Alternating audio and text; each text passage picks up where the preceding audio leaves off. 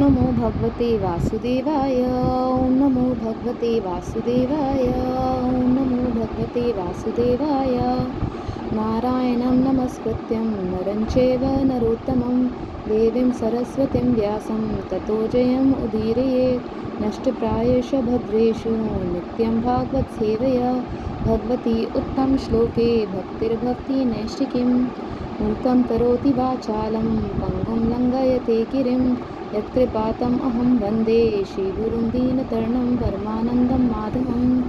ॐ हरि ओं तत्सत्। अथ पंचमो अध्यायः सृष्टिवर्णनम्। नारद उवाच देवदेव नमस्ते अस्तु भूतभावनपूर्वज तद्विजानीहि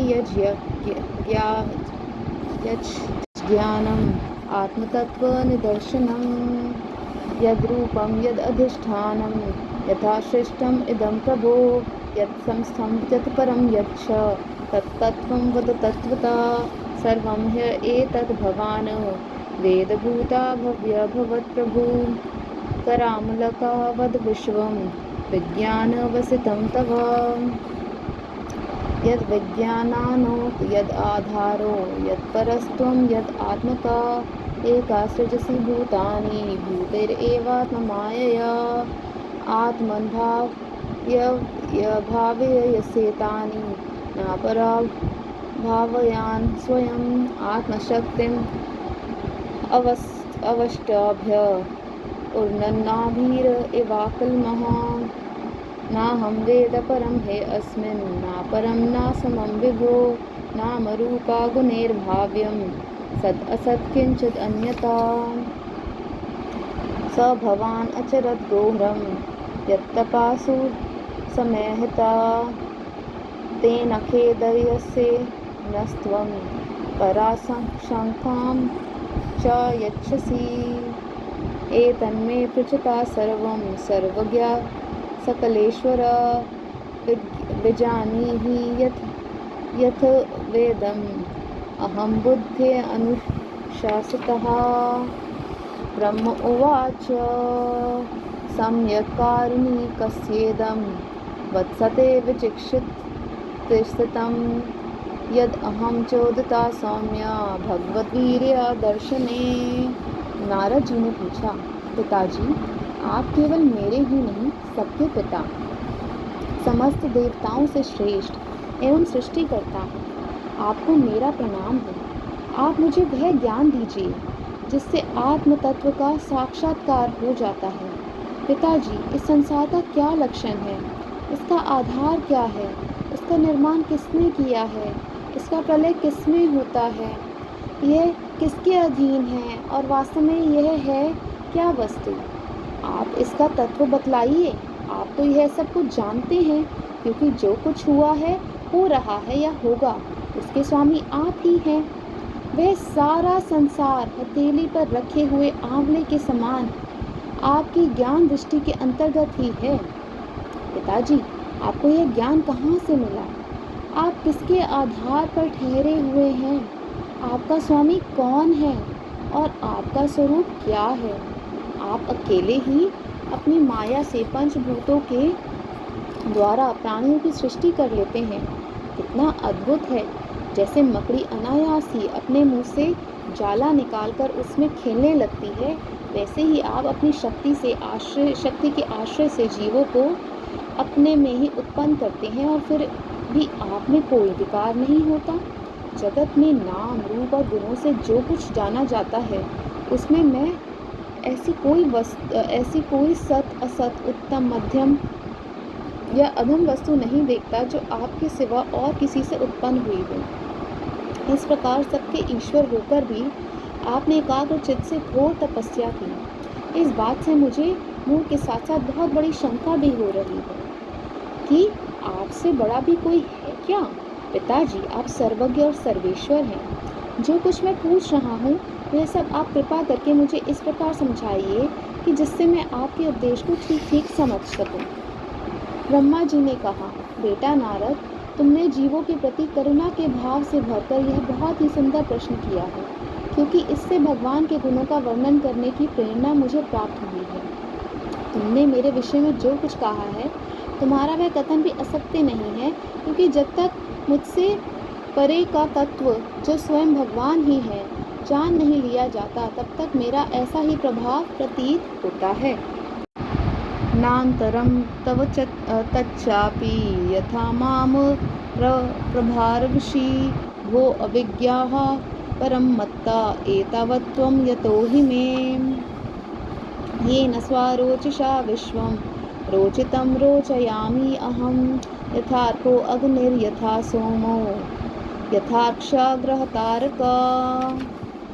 तस्मै नमो भगवते वासुदेवाय धीमहि यन्मायया दुर्जयया मां वदन्ति जगद्गुरुं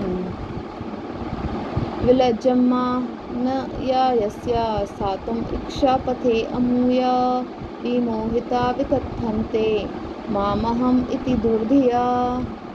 द्रव्यं कर्म च कलश्च स्वभावो जीव एव च वासुदेवात् परो ब्रह्म नाचान्यो अर्थस्ति तत्त्वतः।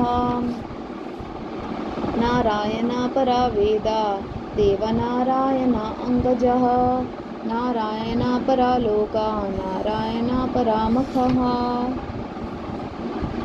नारायण परो योगो नारायण परं तपः नारायण परं ज्ञानं नारायण परा गतिः। तस्यापि द्रष्टुरिष्यस्य कुतस्तस्य खिलात्मना सृजयं सृजामि सृष्टो अहम् इक्षया वा विचोदितः।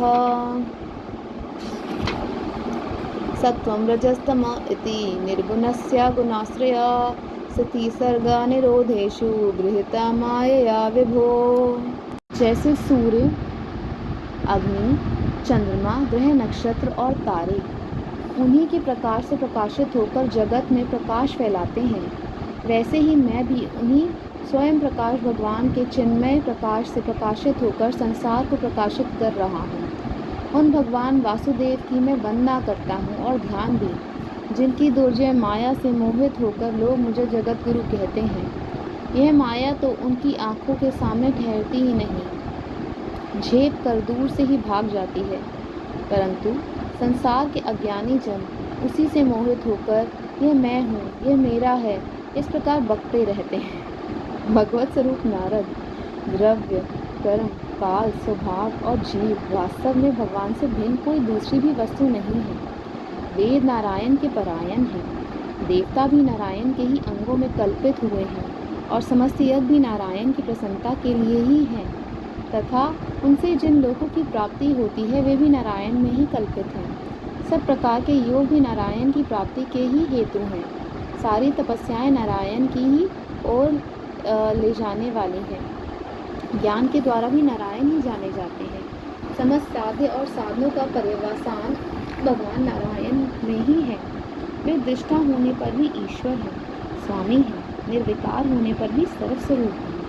उन्होंने ही मुझे बनाया है और उनकी दृष्टि से ही प्रेरित होकर मैं उनकी इच्छा के अनुसार सृष्टि रचना करता हूँ। भगवान माया के गुणों से रहित एवं अनंत है।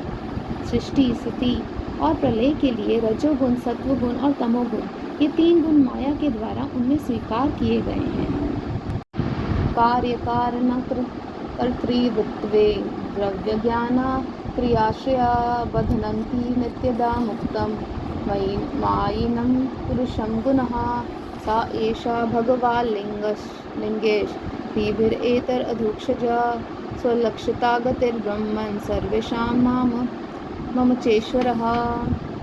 कालं कर्म स्वभावं च मायेशो मायया स्वया आत्मन् यदृच्छया प्राप्तं विभुभूष उपाददे कालगुणा व्यतिकरः परिणामः स्वभावतः कर्मणो जन्म महतः पुरुषाधिष्ठिताद्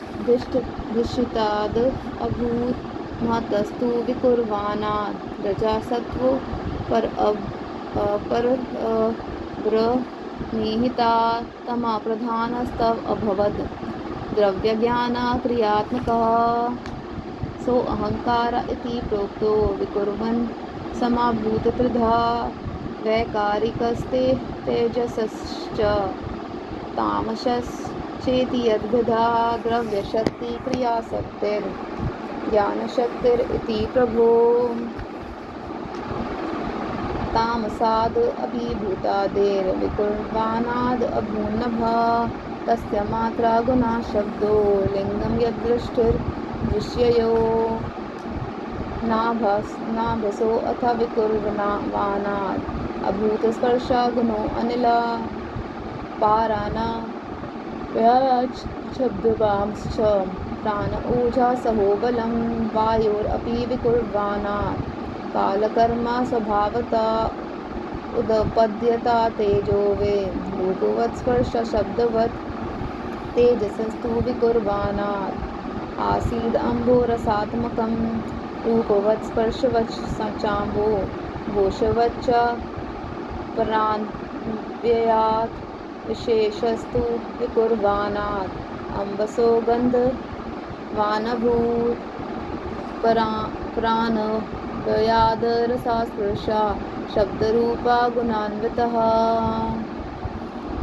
ये ही तीनों गुण द्रव्य ज्ञान और क्रिया का आश्रय लेकर मायातीत नित्य मुक्त पुरुष को ही माया में स्थित होने पर कार्य कारण और कर्तापन के अभिमान से बांध लेते हैं। नारद, इंद्रियातीत भगवान गुणों के इन तीन आवरणों से अपने स्वरूप को भलीभांति ढक लेते हैं, इसलिए लोग उनको नहीं जान पाते। सारे संसार के और मेरे भी एकमात्र स्वामी वे ही हैं। माया प्रति भगवान ने एक से बहुत होने की इच्छा होने पर अपनी माया से अपने स्वरूप में स्वयं प्राप्त काल कर्म और स्वभाव को स्वीकार कर लिया। भगवान की शक्ति से ही काल ने तीनों गुणों में शोक उत्पन्न कर दिया, स्वभाव ने उन्हें रूपांतरित कर दिया और कर्म में महत्त्व को जन्म दिया। रजोगुण और सत्वगुण की वृद्धि होने पर महत्त्व का जो विकार हुआ उससे ज्ञान क्रिया और द्रव्य रूप तमः प्रधान विकार हुआ। वह अहंकार कहलाया और विकारों को प्राप्त होकर तीन प्रकार का हो गया। उसके भेद हैं वैकारिक, तेजस और तामस। नारद जी, वह क्रमशः ज्ञान शक्ति, क्रिया शक्ति और द्रव्य शक्ति प्रधान है। जब पंच महाभूतों के कारणभूत तामस अहंकार में विकार हुआ तब उससे आकाश की उत्पत्ति हुई। आकाश की तन्मात्रा और गुण शब्द हैं। जब आकाश में विकार हुआ तब उससे वायु की उत्पत्ति हुई। उसका गुण स्पर्श है। अपने कारण का गुण आ जाने से यह शब्द वाला भी है। इंद्रियों में स्फूर्ति, शरीर में जीवन शक्ति, ओज और बल इसी के रूप हैं। काल कर्म और स्वभाव से वायु में विकार हुआ, उससे तेज की उत्पत्ति हुई। इसका प्रधान गुण रूप है। साथ ही इसके कारण आकाश और वायु के गुण शब्द एवं स्पर्श भी इसमें है। तेज के विकार से जल की उत्पत्ति हुई है। इसका गुण है रस। कारण तत्वों के गुण शब्द स्पर्श और रूप भी इसमें है। जल के विकार से पृथ्वी की उत्पत्ति हुई है। इसका गुण है गंध। कारण के गुण कार्य में आते हैं। इस न्याय से शब्द स्पर्श रूप और रस ये चारों गुण भी इसमें विद्यमान है। वैकारिकान मनोजज्ञे देव वैकारिका दशा दिग्वातारा प्रचेतो अस्वी वहनीनी द्रोपेन्द्रमित्रकः तेजसात् तु विकुर्वाणाद् इन्द्रियाणि दशा भवन् ज्ञानशक्ति क्रियाशक्ति बुद्धिप्राणस्ततेजसो श्रोत्रं त्वघ्राणादृक् जीववागदोर्मेधराङ्गिरी वायवः यदेते असंगता भावभूतेन्द्रियामनोगुणः यदा यतना निर्माणेने शेकुर्ब्रह्मवित्तमां तदा संहत्य चान्योन्यं भगवच्छक्ति चोदितः सद् असत्त्वम् उपादाय चोभयं ससृजुर्ह्यदां वर्षपुगा सहस्रान्ते तदण्डम् उदकेशयम् कालकर्मा स्वभावस्थो जीवो जीवम् अजीवयत् स एव पुरुषस्तस्माद् अण्डं निर्भिद्य निर्गतः सहस्रो व अंगुरीबाः अक्षसहस्रानना श्रीश्रवान् यस्य हे अहाव ये वीरलोकान् कल्पयन्ति मनीषिणा कत्य आदिभिरधा सप्ता सप्त्रोर्ध्वं जिघ्रादिभिः पुरुषस्य मुखं ब्रह्मा शत्रम् एतस्य अवा उर्वो वैश्यो भगवता पद्भ्यां शूद्रो वज्रजायत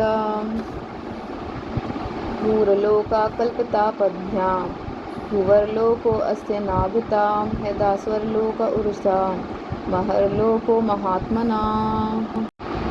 वैकारिक अहंकार से मन की और इंद्रियों के 10 अधिष्ठान देवताओं की भी उत्पत्ति हुई। उनके नाम हैं दिशा, वायु, सूर्य, वरुण, अश्विनी कुमार, अग्नि, इंद्र, विष्णु, मित्र और प्रजापति। तेजस अहंकार के विकार से श्रोत, त्वचा, नेत्र, जिह्वा और घ्राण ये 5 ज्ञान इंद्रियां एवं वाक, हस्त, पाद, गुदा और जनेन्द्रियां ये 5 कर्मेंद्रियां उत्पन्न हुई हैं। साथ ही ज्ञान शक्ति रूप बुद्धि और क्रिया शक्ति रूप प्राण भी तेजस अहंकार से ही उत्पन्न हुए। श्रेष्ठ ब्रह्मविद जिस समय से पंचभूत इंद्रिय, मन और सत्व आदि तीनों गुण परस्पर संगठित नहीं थे, तब अपने रहने के लिए भोगों के साधन रूप शरीर की रचना नहीं कर सके। जब भगवान ने इन्हें अपनी शक्ति से प्रेरित किया, तब वे तत्व परस्पर एक दूसरे के साथ मिल गए और उन्होंने आपस में कार्य कारण भाव स्वीकार करके व्यष्टि समष्टि रूप पिंड और ब्रह्मांड दोनों की रचना की। वह ब्रह्मांड रूप अंडा 1 सहस्र वर्ष तक निर्जीव रूप से जल में पड़ा रहा। फिर काल, कर्म और स्वभाव को स्वीकार करने वाले भगवान ने उसे जीवित कर दिया। उस अंडे को फोड़कर उसमें से वही विराट पुरुष निकला, जिसकी जंघा, चरण, भुजाएं, नेत्र, मुख और सिर सहस्रों की संख्या में है। विद्वान पुरुष उपासना के लिए उसी में अंगों के समस्त लोक और उनमें रहने वाली वस्तुओं की कल्पना करते हैं। उसकी कमर से नीचे तक अंगों में सातों पाताल की और उसके पैरों से ऊपर के अंगों में 7 स्वर की कल्पना की जाती है।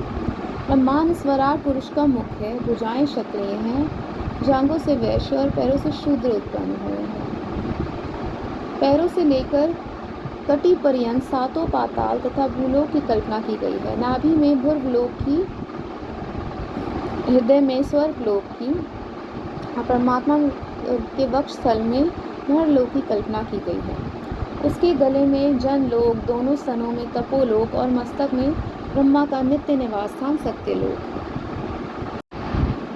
ग्रीवायाम जनलोक अस्या तपोलोका संद्वयात् मूर्धदभि सत्यलोकस्तु ब्रह्मलोका सनातना।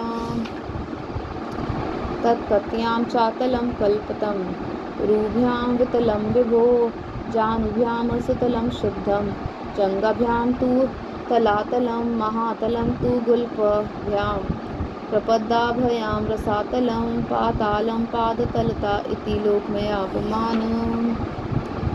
भूर्लोका कल्पता पदभ्यां भुवर्लोको अस्य नाभिता स्वर्लोका कल्पतो मूर्धना इति वा लोक कल्पना। उस विराट पुरुष की कमर में अतल, जांघों में वितल, घुटनों में पवित्र सूतल लोक और जंघाओं में तलातल की कल्पना की गई है।